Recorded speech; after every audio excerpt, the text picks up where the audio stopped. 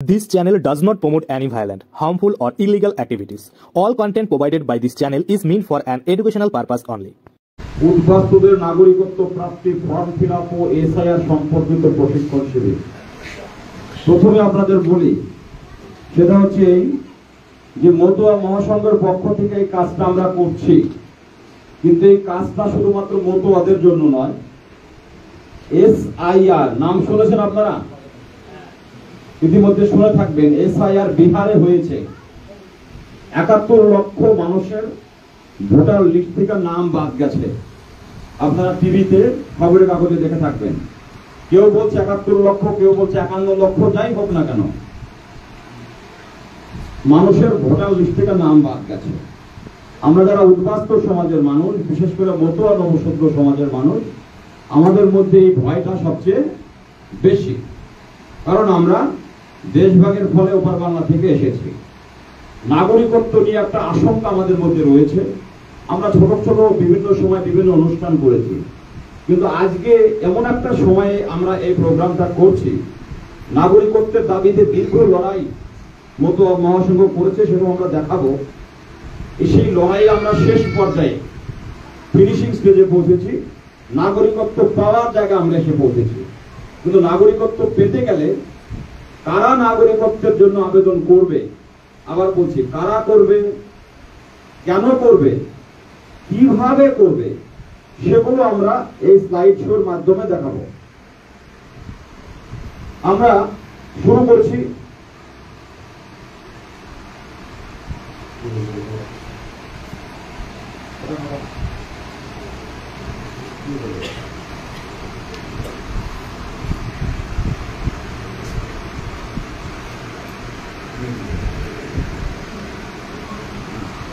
এটা দেখুন, ইংরেজি না বুঝতে পারলেও চলবে, ভয়ের কোনো কারণ নাই। এটা হচ্ছে আনডিভাইডেড ইন্ডিয়া, মানে অবিভক্ত ভারত। ৪৭ সালে দেশভাগের আগে এইটা ছিল আমাদের টোটাল ভারতবর্ষ। এই যে কাশ্মীর, এই যে গুজরাট, পাকিস্তান, এইটা এখন বাংলাদেশ হয়েছে। অর্থাৎ এই ভারত যদি ভাগ না হতো তাহলে কি উদ্বাস্তু সমস্যার সৃষ্টি হতো? ভারত ভাগ না হলে কি আমাদের বাড়িঘর ছেড়ে আসতে হতো? আসতে হতো না। আমরা পরের স্লাইডে দেখাচ্ছি 15ই আগস্ট। এটা আগস্ট মাস চলছে। 15ই আগস্ট মানুষ যেরকম স্বাধীনতা দিবস উদযাপন করে আনন্দের সঙ্গে, আবার এই বছর 15ই আগস্ট আমি এই কাজটাই করেছি ময়নাগুড়িতে। কারণ 15ই আগস্ট স্বাধীনতা ভারতবর্ষ পেলেও আমরা উদ্বাস্তু সমাজের মানুষরা আমরা স্বাধীনতা স্বাদ কাকে বলে সেটা আমরা পাইনি। তাই তো কথা। স্বাধীনতা যখন একদিকে মানুষ আনন্দ করছে, আমাদের পূর্বপুরুষদের মধ্যে হাহাকার শুরু হয়েছিল।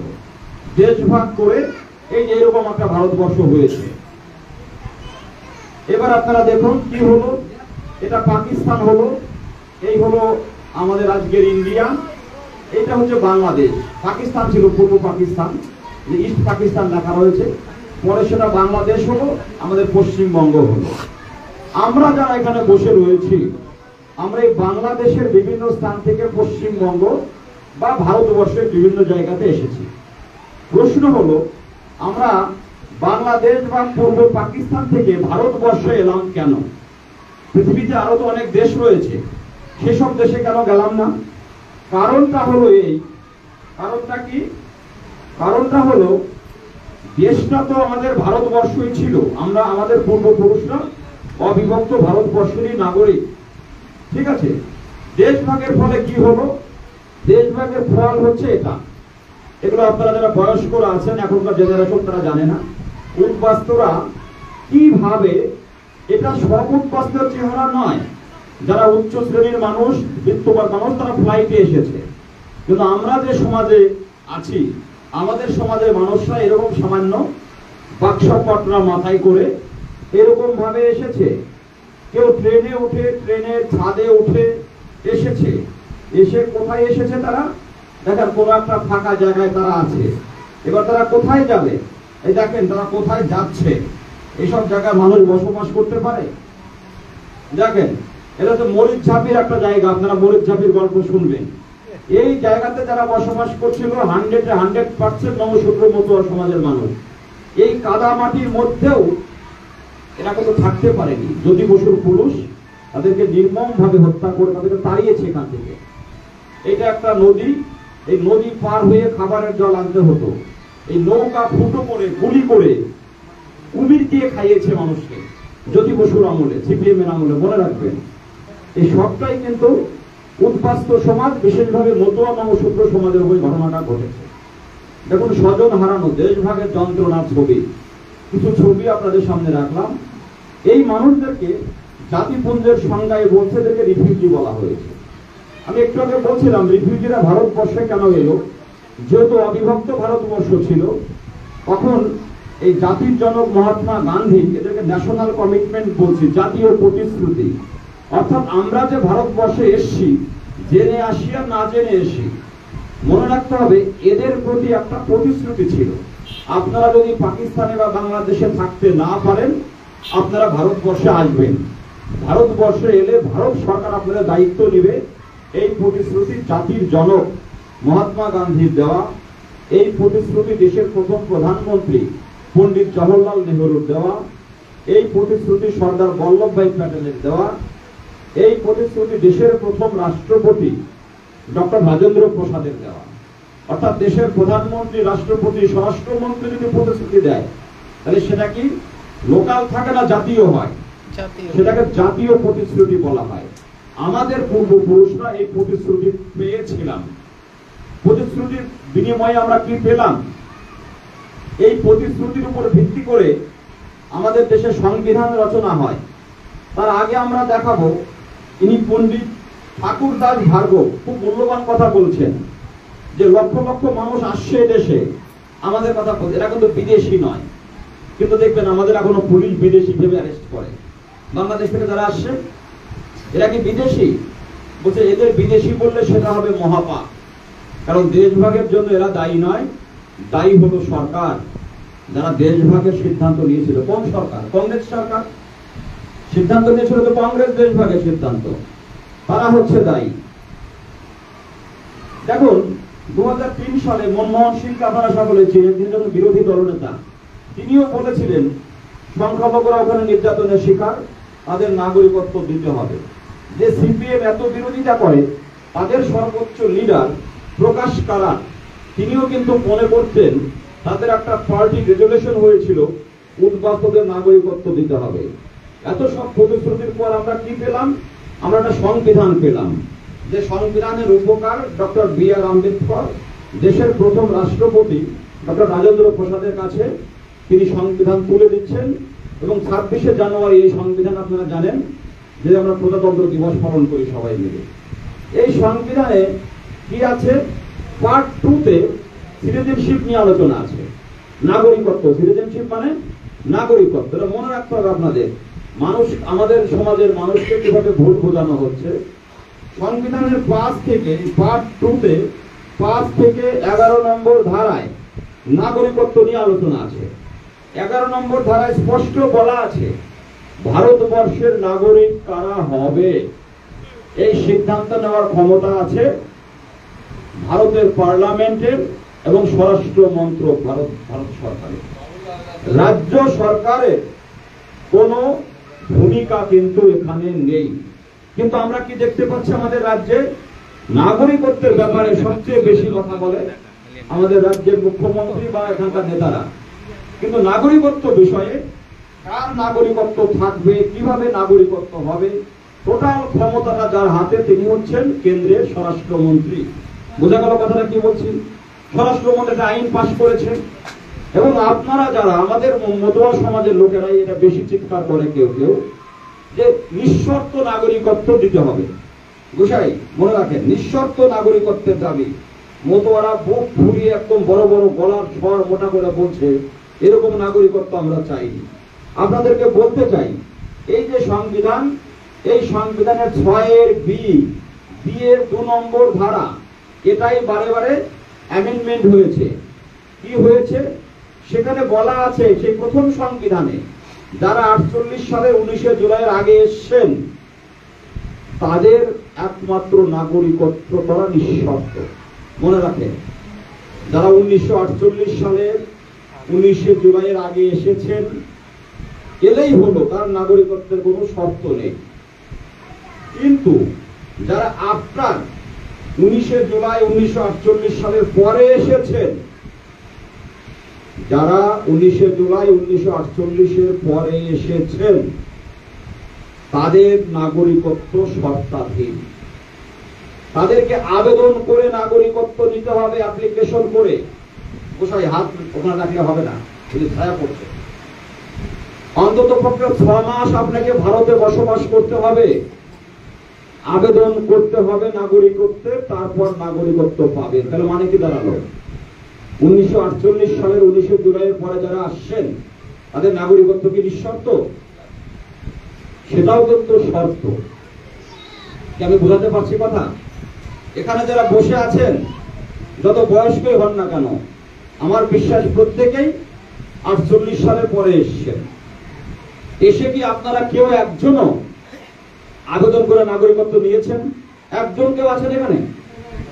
কেউ নেননি। কেন নিলেন না? ধরুন এটা আমাদের একটা ট্রেন্ড হয়ে গেছে, আমরা কথায় কথায় খালি বামুন কায়াত তাদেরকে আমরা দোষ খুঁজে বেড়াই। কেন দোষ খুঁজবেন? নিজের আপনার উপার্জন করার ক্ষমতা নাই, পড়াশোনা করেন, তাদের দোষ দিয়ে লাভ কি? তারা উচ্চ জাতের মানুষরা, শিক্ষা দীক্ষায় উন্নত, তারাও এই দেশে এসেছে। তো তারা এসে দেশের আইনটা বুঝেছে, আইনটা বুঝে তারা কিন্তু আবেদন করে নাগরিকত্বটা নিয়েছে। তাই তাদের নাগরিকত্বের সমস্যা নাই। কিন্তু আমাদের সমাজে বেশিরভাগ মানুষ, খুব কম 1% হবে কিনা, কিছু কিছু তারা নাগরিকত্বটা নিয়েছে। কিন্তু বেশিরভাগ মানুষ এখানে এসে জমি জমা কিনে বাড়ি ঘর করে, ঠিক আছে, তারা বহাল তবিয়তে বাস করতে, ভাবছে হিন্দুস্তানে আসছি, ভালোই তো মজা, আমার আর কি হবে। যে কারণে আপনি 48 সালে এসছেন, একই কারণে আজকের লোকেরাও কিন্তু আসছে এখানে। তাদেরকে পুলিশ ছেড়ে দিচ্ছে, তাদেরকে পুলিশ অ্যারেস্ট করছে। জানেন তো আপনারা, এই যে ধারণা আমরা ভারতবর্ষে গেলেই হয়ে গেল, তা কিন্তু হচ্ছে না। কারণ দেশের একটা আইন আছে, আইন আপনাকে মানতে হবে।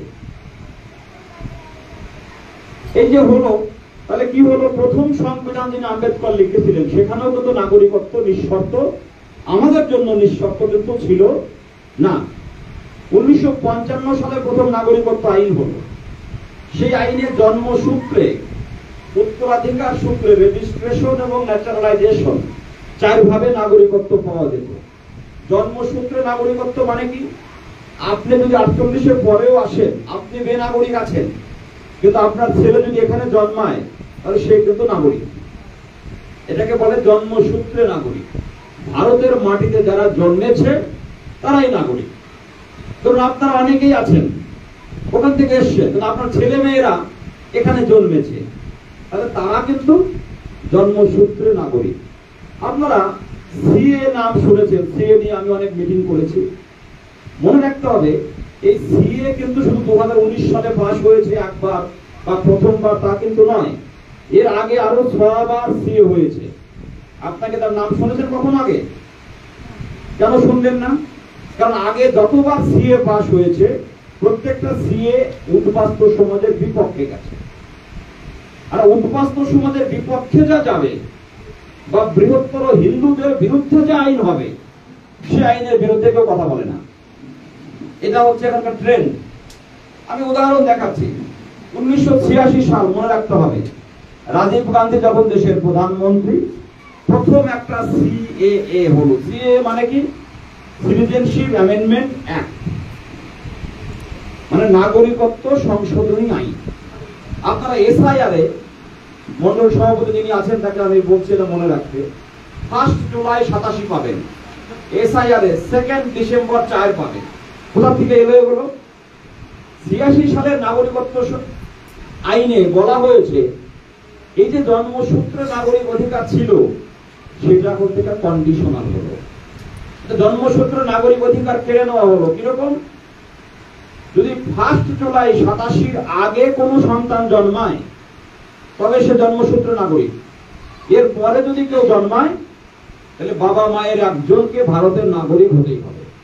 মানে কি দাঁড়ালো? ধরুন আপনি 48-এর পরে এসছেন, আপনি বেনাগরিক, কিন্তু আপনার ছেলেটা যদি এখানে জন্মায়, সে নাগরিক। এবার বলছে ছেলে জন্মালে আর নাগরিক হবে না। এই 1 জুলাই 87 পরে যারই জন্ম হবে তার বাবা মায়ের একজন যদি নাগরিক না হয় তাহলে বাচ্চাটাও বেনাগরিক হবে। বোঝা গেল কথা? তাহলে আইনটাকে আমাদের পক্ষে না বিপক্ষে? বিপক্ষে হলো না? এ নিয়ে কেউ কোনদিন প্রতিবাদ, আপনারা কি বুঝতে পারছেন আমার কথা না বুঝতে পারছেন না? এটা একটু আর একটু ধীরে বলতে হতো, কিন্তু আমারও ধৈর্য নাই, কারণ আমাকে অনেকক্ষণ থেকে এখানে এসে রয়েছি। ঠিক আছে, তাহলে বিপক্ষে গেল। 2003 সালে একটা আইন হলো, যখন মমতা ব্যানার্জি রেলমন্ত্রী ছিল, আপনাদের মনে থাকবে, কাগজ ছুঁড়ে মারছিলেন পার্লামেন্টে। তিনি মনে করতেন অনুপ্রবেশকারীদের ভোটে সিপিএম জেতে। 3 সালের আইন আরো কঠোর হলো। কি কঠোর? যে না, এখন থেকে শুধু বাবা মায়ের একজন নাগরিক হতে হবে না, বাবা মায়ের দুজনকেই নাগরিক হতে হবে, অথবা একজন নাগরিক আর একজন অবৈধ অনুপ্রবেশকারী নয়। ধরুন 48-এর পরে এসে আপনি এখানে একটা ইন্ডিয়ান মেয়েকে বিয়ে করলেন, তাহলে 86 আইন অনুযায়ী তাহলে আপনার বাচ্চাটা কিন্তু নাগরিক হতো, কারণ মা ভারতীয়। কিন্তু 3 সালের যে আইন হলো, যেটা 3 ডিসেম্বর 2004 সালে লাগু হলো, তাতে বাবা মায়ের দুজনকেই নাগরিক হতে হবে, বা একজন নাগরিক আপনারা তো অবৈধ অনুপ্রবেশকারী আছেন। এই আইনটা সবচেয়ে কার বিরুদ্ধে গেল? উদ্বাস্তু সমাজের বিরুদ্ধে গেল। এর বিরুদ্ধে কেউ প্রতিবাদ করেছে? কেউ প্রতিবাদ করেনি। এই আইনগুলো কিন্তু নরেন্দ্র মোদী করেনি। ঠিক আছে, এই আইনটা নরেন্দ্র মোদী করেনি। যত কঠিনই হোক শুনতে আপনাদেরকে জানতে হবে, আমার দায়িত্ব সত্যিটা আপনাদেরকে বলে দেওয়া। এবার আপনারা সিদ্ধান্ত নেবেন কি করবেন। এই আইনটা কিন্তু নরেন্দ্র মোদী করেনি, এগুলো দেশের আইন।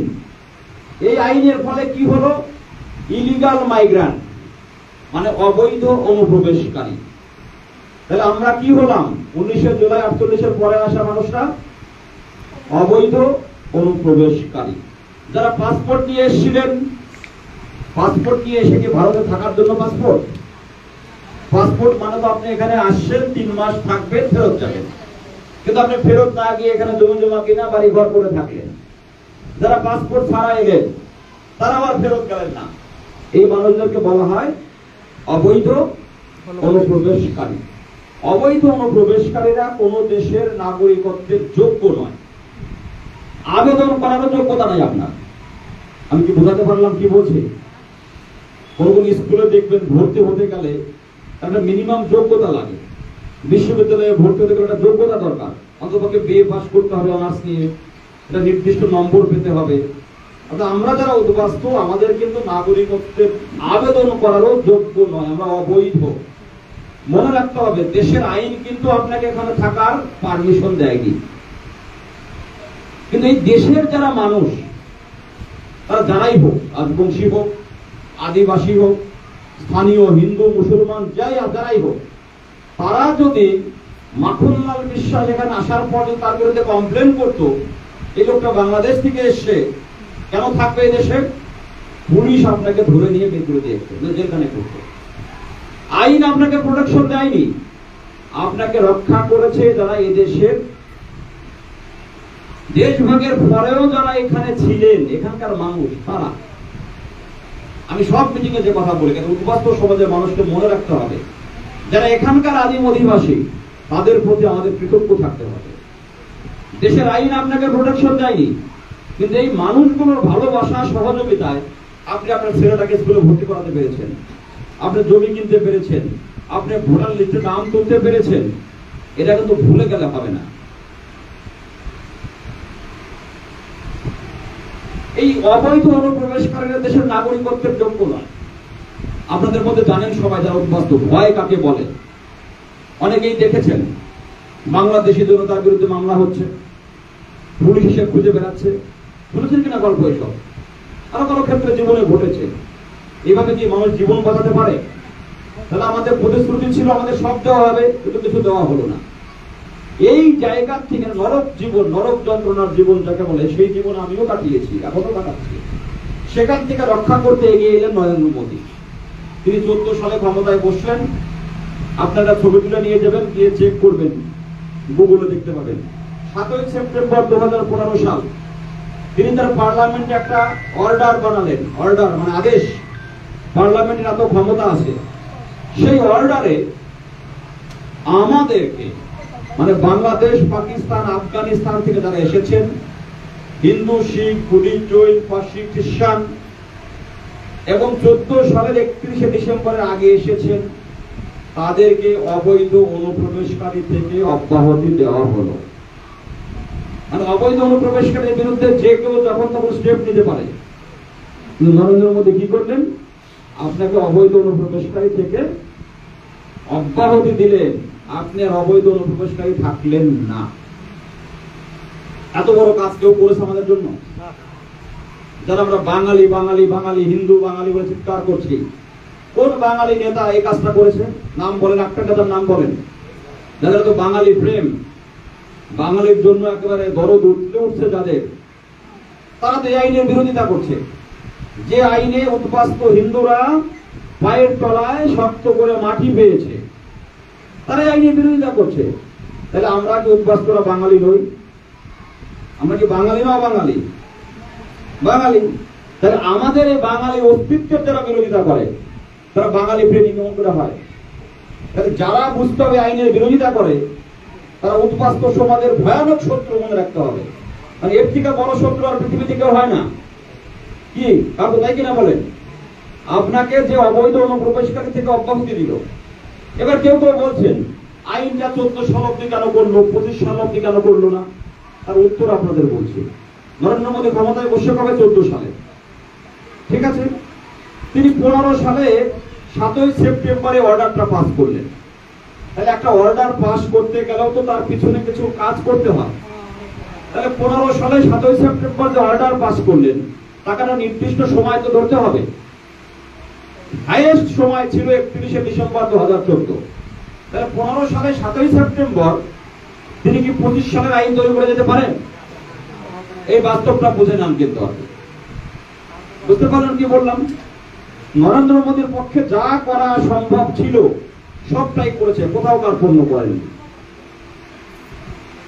এবার আইন তো, অর্ডার তো পাস হয়ে গেল, আপনার অবৈধ অনুপ্রবেশকারী নন। যেহেতু আপনি অবৈধ অনুপ্রবেশকারী নন, এইবার আপনি নাগরিকত্বের জন্য আবেদন করতে পারবেন। কিন্তু আবেদন করতে গেলে সেরকম আইন তো থাকতে হবে। কিন্তু ভারতবর্ষে নরেন্দ্র মোদীর আগে যারা প্রধানমন্ত্রী হয়েছে, তারা এমন কোন আইন তৈরি করে যাননি যে উদ্বাস্তুরা আবেদন করে নাগরিকত্ব দিতে পারে। তার জন্য 2019 সালে তিনি একটা সিএএ অ্যামেন্ডমেন্ট করবেন, নাগরিকত্ব আইন আবার সংশোধন করবেন, যাতে করে অবৈধ অনুপ্রবেশকারী থেকে যাকে অব্যাহতি দেওয়া হলো, তাদের যেন আবেদন করে নাগরিকত্ব পায়। তো আমাদের চিন্তা হলো কেমন আইন হবে। ধরুন আমরা যারা ওপার বাংলা থেকে এসেছি, আমাদের ছেলে মেয়েরা যারা, এখানে লেখা আছে, এটা আমার লেখা, এই প্রস্তাব আমি প্রধানমন্ত্রীকে পাঠিয়েছিলাম। যেমন যারা এসেছেন তাদের ছেলে মেয়েরা স্কুল, কলেজ, ইউনিভার্সিটি পরীক্ষায় পাশ করেছে, Aadhaar card, voter card, PAN card আছে। যারা চাকরি করে সরকারি, কেন্দ্রীয় বা রাজ্য সরকারে, তারা যদি আবেদন করে নাগরিকত্ব নেয়, তার চাকরি বাকরি থাকবে কি?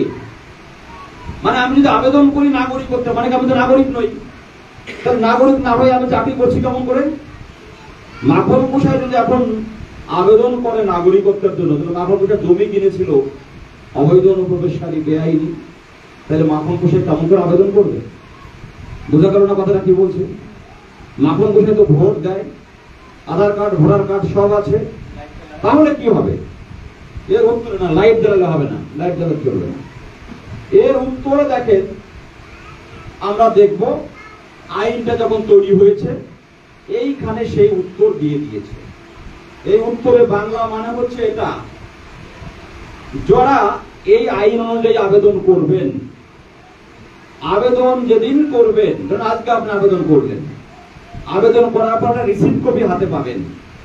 সেই রিসিপ্ট কপি পাওয়ার আগ পর্যন্ত আপনি যা যা সুযোগ সুবিধা ভোগ করে আসছিলেন, তার কোনো কিছু থেকে আপনি বঞ্চিত হবেন না। মানে বোঝাতে পারলাম না আমি? হ্যাঁ, ইংরেজি বললে সবচেয়ে ভালো বোঝা যায়, কিন্তু আমাদের মা বোনেরা বেশিরভাগ ইংরেজি বুঝবেন না। আইনটাতে বাংলা, আইনটাতে এমন ইংরেজি কিছু ভাষা থাকে যেগুলো বাংলায় ঠিক বলা যায় না।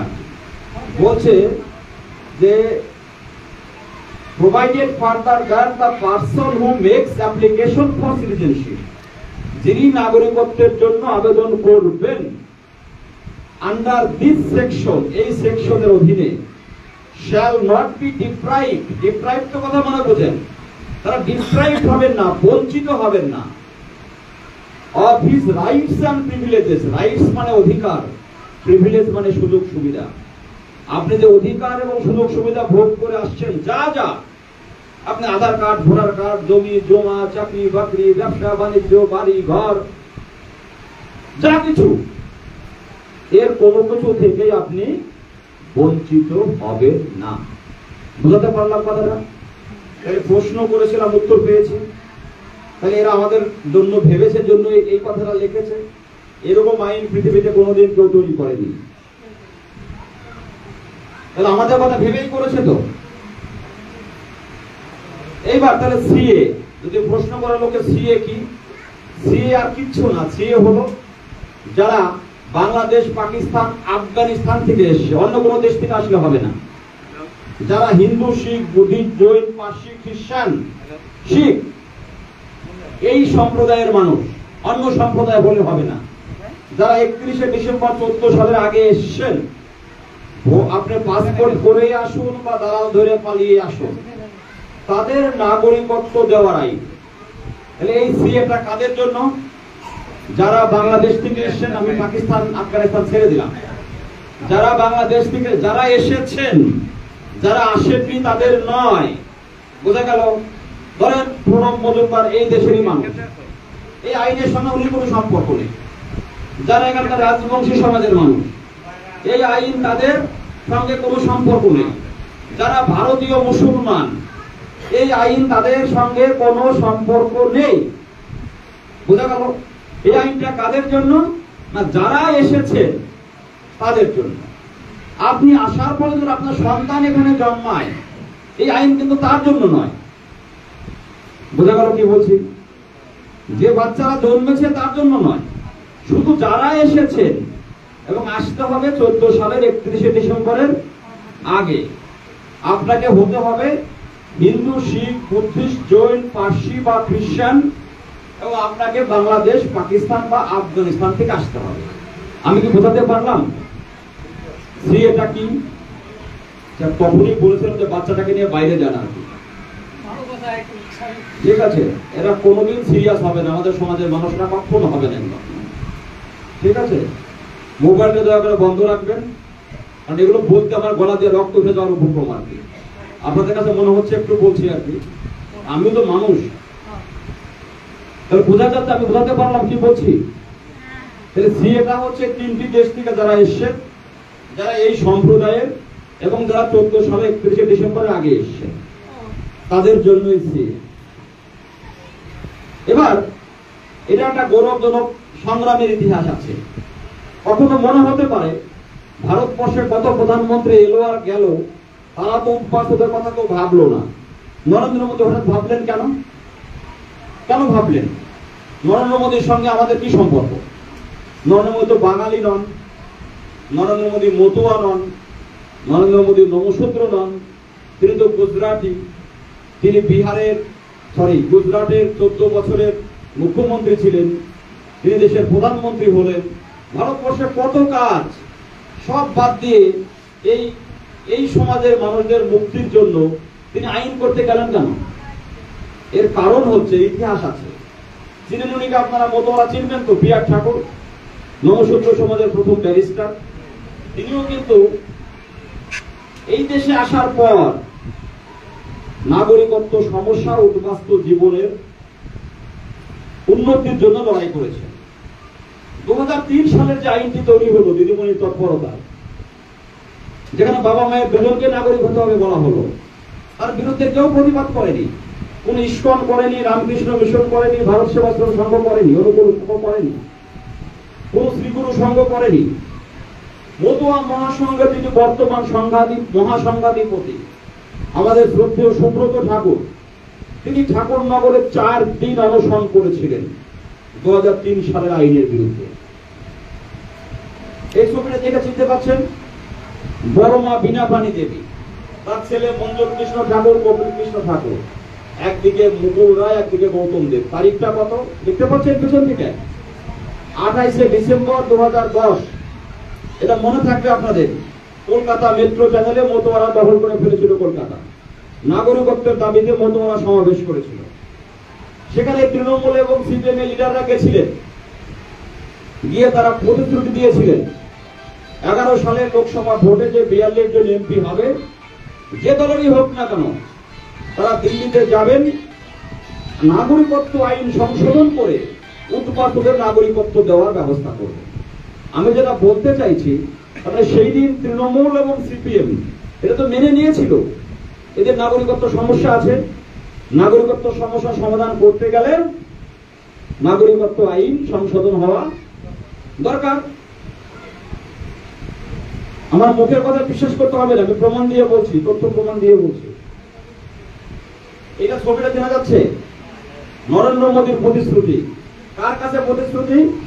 বড় মা বীণাপাণি দেবীর কাছে। আপনারা জানেন নরেন্দ্র মোদী যেটা মুখ দিয়ে বলেন তিনি সেটা করেন। নরেন্দ্র মোদী, প্রশ্ন হচ্ছে হঠাৎ করে বীণাপাণি দেবীর কাছে ঠাকুরনগরে কেন গেলেন? নরেন্দ্র মোদী এত ব্যস্ত মানুষ, 14 সালে তিনি প্রজেক্টেড ক্যান্ডিডেট, জিতলে পারে বিজেপির প্রধানমন্ত্রী হবেন। একটা দেশের প্রধানমন্ত্রী পদপ্রার্থী, তার ব্যস্ততা কিরকম আপনারা জানেন। তিনি ঠাকুরনগরে এসে হাত জোর করছেন, কারণ এই বৃদ্ধ বয়সেও তিনি নাগরিকত্বের দাবিটা জোরালো রেখেছিলেন। 10 সালের দেখালাম 28শে ডিসেম্বর তিনি এসে বললেন যে আমরা ক্ষমতায় আসতে পারি, আপনাদের নাগরিকত্ব সমস্যার সমাধান করব। আমরা দেখব। তিনি ক্ষমতায় এলেন, 19শে আইন পাশ করলেন, কোভিড কালে তিনি ওরাকান দিতে গেলেন। শান্তনু ঠাকুরের ছবি দেখতে পাচ্ছেন, আমাদের মহান সংঘাধিপতি।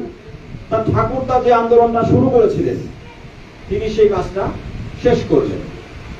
19 সালে তিনি এমপি ছিলেন, ভোট দিয়ে আইন পাশ করেছেন। আজ যখন আইন অনুযায়ী ফর্ম ফিল আপ করে নাগরিকত্ব নেওয়ার সময় হয়েছে, এই সময় তিনি কেন্দ্রীয় মন্ত্রী। আমরা প্রতিশ্রুতি আরো পেয়েছিলাম, উনি পা ধরে প্রতিশ্রুতি দিয়েছিলেন। এগুলো মিথ্যে কথা না, এটা প্রমাণ। বিনিময়ে কি পেয়েছেন আপনারা? বিনিময়ে কি পেয়েছেন? এখানে আওয়াজটা শোনা যাবে না।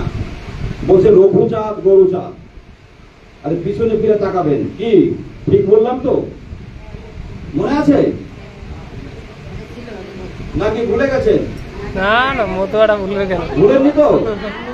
হ্যাঁ, এই হলো প্রতিশ্রুতি আমরা পেয়েছিলাম। এবার অমিত শাহ কি বলেছেন বাদ দেন। আইন তো পাশ হয়ে গেল আপনাদের নাগরিকত্বের জন্য। তাহলে প্রতিশ্রুতি কে দেননি বলেন? আগে কংগ্রেস দিয়েছে, এখনকার সিপিএম দিয়েছে, তৃণমূল দিয়েছে। তাহলে আইন পাশ হওয়ার পরে দায়িত্ব কি ছিল? সবাইকে সহযোগিতা করা। এর আবার প্রচার নেমে বলেন ঢাক ঢোল কাসর ঘন্টা পিটিয়ে সিএ হতে দেব না, নো সিএ। মনে আছে? সিসি কাকা তারা কি বললেন? যুক্তি, আপনার আধার কার্ড আছে, আপনার কেন নাগরিকত্ব লাগবে? আমি প্রমাণ করে দেখিয়েছি, দেখেন আধার কার্ডের পিছনে ছবি দিয়েছি। এটা আমার ইচ্ছা মতো তৈরি করা না, এটা ছবি তোলা। আধার পরিচয়ের প্রমাণ, নাগরিকত্বের প্রমাণ নয়। দেখবেন প্রত্যেকের বাড়িতে আধার কার্ড আছে, সবার আছে। দেখবেন বলতে আপনার ভোটার কার্ড আছে, আপনি ভোট দেন, আপনার ভোটে সরকার তৈরি হয়। ভোটার কার্ডে দেখবেন পিছনে লেখা আছে। আপনার কাছে এই কার্ড থাকলে এমন কোন নিশ্চয়তা নেই বর্তমান ভোটার তালিকা আপনার নাম থাকবে। যে বিহারে যেগুলো বাদ গেল, 71 লক্ষই হোক 50 লক্ষই হোক, তাদের প্রত্যেকের পকেটে ভোটার কার্ড ছিল। তাহলে বাদ গেল কেন? কারণ ভোটার কার্ড থাকা মানেই নাগরিক নন। কদিন আগে সুপ্রিম কোর্ট রায় বলেছে, একই কথা বলেছে, বিস্তারিত করার সময় নেই। এখানে হাইকোর্টে একটা মামলা হয়েছিল আলুরানি স্বপন মজুমদার। সেখানে হাইকোর্টও বলেছে passport, voter ID card, Aadhaar card, PAN card are not documents of citizenship of India. আমি এগুলো দেখাই যাচ্ছি। আমি নিজেও আবেদন করেছি। আপনারা জানেন আমার পরিচয়, বিশ্ববিদ্যালয়ে চাকরি করি। আমি আবেদন করেছি কারণ দেশের আইন বলেছে কি বলেছে যে আপনি যদি আবেদন করেন আপনি আপনার অধিকার থেকে বঞ্চিত হবেন না। বোঝা গেল কথা? আইনের উপর আমি শ্রদ্ধা রেখে আমার সমাজের মানুষকে উৎসাহিত করতে আমি যদি আবেদন করতে পারি, বোঝা গেল কথা কি বলছি? যদি কিছু ক্ষতি হয় তো আমার হবে তো নাকি?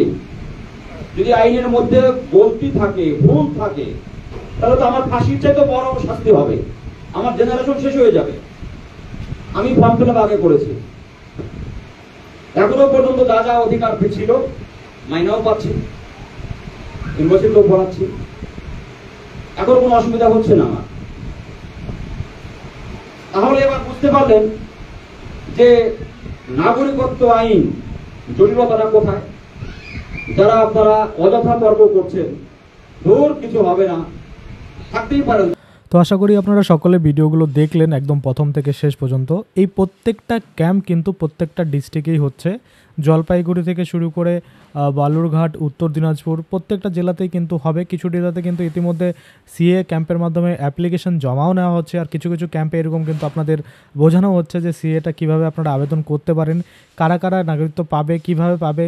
আর এখানে কিন্তু অনেকবার আপনারা দেখবেন যে আবেদন করতে গিয়ে নানা রকম কোশ্চিন আপনাদের ফেস করতে হয়, সেই কোশ্চিনের উত্তরগুলো আপনাদের কী দিতে হবে, সমস্ত কিছুই কিন্তু এখানে আপনারা ডিসকাস করলো বা আপনারা সমস্ত কিছুই কিন্তু দেখলেন। যারা প্রথম থেকে শেষ পর্যন্ত ভিডিওটা দেখেছেন তাদের হয়তো সব কিছু ক্লিয়ার হয়ে গেছে। এখন কিন্তু আপনারা নিজে থেকেই আবেদন করতে পারবেন। কী কী ডকুমেন্ট, যেমন অ্যাফিডেভিট থেকে শুরু করে হিন্দুত্বের সার্টিফিকেট, সমস্ত কিছুই কিন্তু আপনারা জোগাড় করে নিজেরাই কিন্তু আবেদন করতে পারবেন। অনেকেই বলেন যে দাদা কীরকম দেখতে হয় সিএ সার্টিফিকেট বা কীরকম দেখতে হয় হিন্দুত্বের সার্টিফিকেট। তো এই নিয়ে আমি অলরেডি ভিডিও বানিয়েছি, আপনারা দেখেছেন যে সিএতে আবেদন করতে গেলে আপনাদের একটা হিন্দুত্বের সার্টিফিকেট প্রয়োজন হয়, যেটা আপনারা এখন দেখতে পাচ্ছেন স্ক্রিনে এইরকম টাইপ।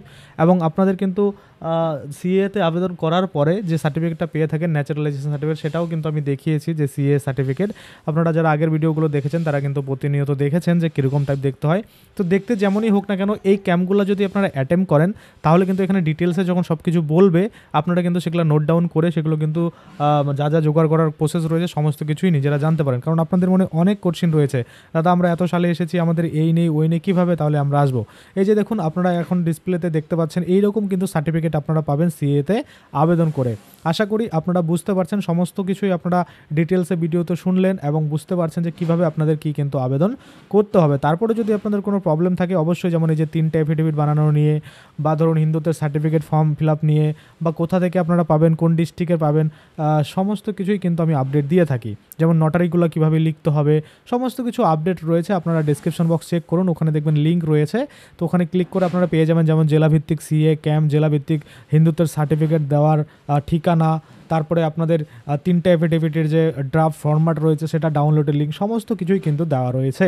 আশা করি আপনারা বুঝতে পারছেন। আজকের জন্য ভিডিওটা এখানেই শেষ করব। যদি ভিডিওটা ভালো লাগে অবশ্যই একটা লাইক করে দেবেন। যদি আমার চ্যানেলে প্রথমবার ভিজিট করে থাকেন, নিচে একটা রেড কালার সাবস্ক্রাইব বাটন দেখবেন, ওখানে ক্লিক করে সাবস্ক্রাইব করতে পারেন। আর সাথে যে বেল আইকনটা রয়েছে ওখানে ক্লিক করে বেল আইকনটাকে এনেবল করে দেবেন। তাতে করে কী হবে, যখনই আমি এই ধরনের কোনো ভিডিও বানাবো সেটার যে নোটিফিকেশান সেটা কিন্তু আপনার কাছে পৌঁছে যাবে। ধন্যবাদ।